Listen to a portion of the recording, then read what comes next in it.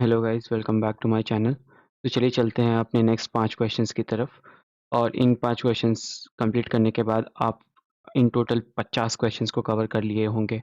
I hope, अगर आपने मेरे सारे प्रीवियस वीडियोस देखे हैं तो। सो चलिए शुरू करते हैं क्वेश्चन नंबर 46 से। So what word is used to indicate providing an AWS customer with only the services necessary to complete the task at hand. मतलब कि अगर क्या पूछा जा रहा है कि क्या वर्ड यूज़ किया जाता है इन केस जब एडब्ल्यूएस कस्टमर को सिर्फ नेसेसरी सर्विसेज ही प्रोवाइड किए जाते हैं, यानी कि अगर उसको कुछ टास्क करना है तो उसको उस टास्क रिलेटेड ही सर्विसेज प्रोवाइड किया जाए और कोई अननेसेसरी सर्विसेज ना प्रोवाइड किया जाए। सो इसका एक पर्टिकुलर टर्म है जो आपको याद करना पड़ेगा। सो यहाँ पर आप एलिमिनेशन स्ट्रैटेजी का यूज़ नहीं कर सकते, एक्चुअली आपको अपनी मेमोरी की यूज़ करना पड़ेगा। तो उसको कहते हैं the principle of least privilege. तो अगर इसके अलावा आप कोई ऑप्शन अगर देख रहे हैं तो ये गलत है डायरेक्टली। तो ऑप्शन ए की तरफ चलेंगे, the principle of least privilege user. User keyword जो है वो यूज़ नहीं होता है उसमें। सो ऑप्शन ए गलत है। Option B the principle of least privilege जो कि करेक्ट आंसर है। सी देखेंगे, the principle of exclusive access, ऐसा कुछ नहीं होता है। और none none of the preceding. So basically option B is the correct answer. Next question की तरफ चलते हैं, what AWS service must you utilise to set up an AWS billing alarm. तो अगर आपको एक बिलिंग अलार्म लगाना है तो आपको एडब्ल्यूएस की कौन सी सर्विस यूज़ करनी पड़ेगी। तो हमारे पास 4 ऑप्शन है। जो ऑप्शन ए कहता है क्लाउड वॉच, यस। आप जानते हैं कि क्लाउड वॉच में हम लोग एक बिलिंग अलार्म ट्रिगर कर सकते हैं, जिससे कि ऑटोमेटिकली अगर आपका एक पर्टिकुलर थ्रेशोल्ड से अगर बिल एक्सीड करता है तो आपको एक अलार्म आ जाएगा। ये अलार्म थ्रू एसएमएस या फिर एक ईमेल के थ्रू आपको रिसीव हो जाएगा। ठीक है। ऑप्शन बी कहता है क्लाउड मॉनिटर। क्लाउड मॉनिटर करके ऐसा कुछ होता नहीं है, सो डेफिनेटली ऑप्शन बी तो गलत है। ऑप्शन सी कंसोलिडेटेड बिलिंग, ये तो सिर्फ आपको कंसोलिडेटेड बिलिंग देता है थ्रू एडब्ल्यूएस ऑर्गेनाइजेशन। तो ये आपको सिर्फ बिलिंग इन्फॉर्मेशन देगा, बट ये कोई अलर्ट या अलार्म नहीं देगा। सो ऑप्शन सी भी गलत है। ऑप्शन डी है क्लाउड ट्रेल। अब क्लाउड ट्रेल क्या करता है, वो तो चेक करता है कि कौन कब क्या कैसे किस पर्टिकुलर वे में किस पर्टिकुलर रिसोर्स को यूज़ कर रहा है और कौन सा आईपी से यूज़ कर रहा है वगैरह। तो इस केस में आपको बिलिंग अलार्म तो नहीं आएगा, बट आप किसी पर्टिकुलर यूज़र का टाइप ऑफ एक्सेस और क्या चीज़ें वो एक्सेस कर रहा है वो देख सकते हैं। सो डेफिनेटली ऑप्शन डी भी हमारे लिए करेक्ट नहीं होगा। So option A is the correct answer. Next question की तरफ चलते हैं, what two services slash feature must AWS offer in order to build a highly available and fault tolerant architecture.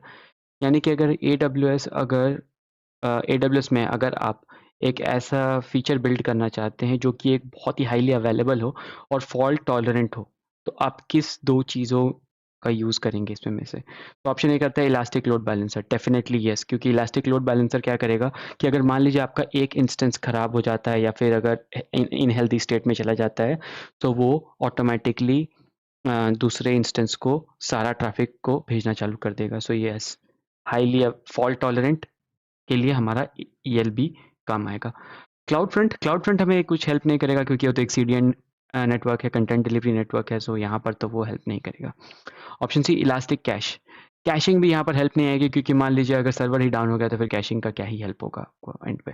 Definitely option सी भी गलत हो जाएगा। ऑप्शन डी ऑटो स्केलिंग, हाँ, अगर मान लीजिए आपको ज़्यादा अगर आपको अवेलेबिलिटी बहुत अच्छा रखना है तो आप ऑटो स्केलिंग करके ज़्यादा ज़्यादा डिफरेंट एजीज़ में आप अपने इंस्टेंसेस को डिप्लॉय कर सकते हैं और बेस्ड ऑन द डिमांड वो ऑटोमेटिकली स्केल अप या स्केल डाउन करेगा। तो डेफिनेटली ये हमें हाईली अवेलेबल के लिए हेल्प करेगा और ईएलबी हमें फॉल्ट टॉलरेंट के लिए हेल्प करेगा। So option A and option D are the correct answer. Next question की तरफ चलते हैं, which S3 storage type has the lowest object availability rating. यानी कि इस पर्टिकुलर ऑप्शंस जो हमें दिए गए हैं इसमें में से कौन सा सर्विस है जो कौन सा स्टोरेज क्लास है जो हमें लोवेस्ट ऑब्जेक्ट अवेलेबिलिटी देता है। ठीक है, तो चलिए चलते हैं ऑप्शन ए की तरफ, स्टैंडर्ड स्टोरेज। ये हमें as per the AWS documentation 99.99% availability देता है। ऑप्शन बी की तरफ चले, रिड्यूस्ड रिडंडेंसी भी हमें 99.99% अवेलेबिलिटी देता है।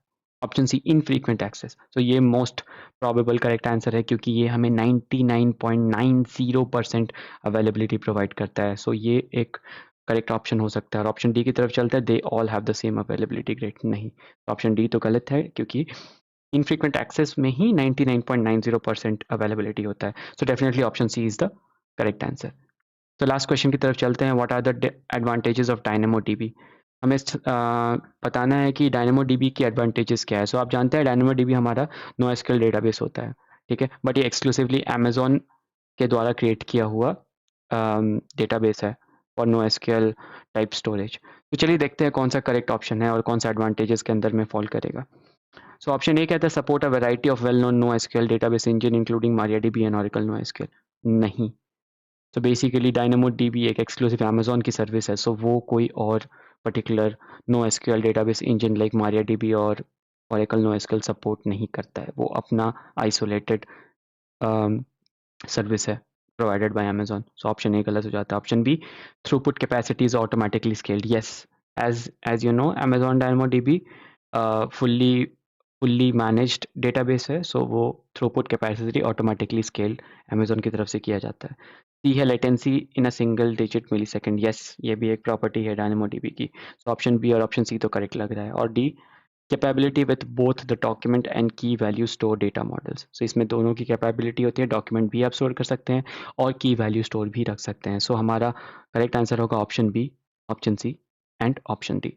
सो आई होप आपको ये 5 क्वेश्चन समझ में आए होंगे, और नहीं आए तो आप वापस से वीडियो को देखें और लाइक, सब्सक्राइब, शेयर करना ना भूलें, क्योंकि ये मुझे बहुत हेल्प करता है और मोटिवेट करता है ऐसे ही वीडियो कंटेंट्स बनाने के लिए। So thank you guys, I will see you in the next video.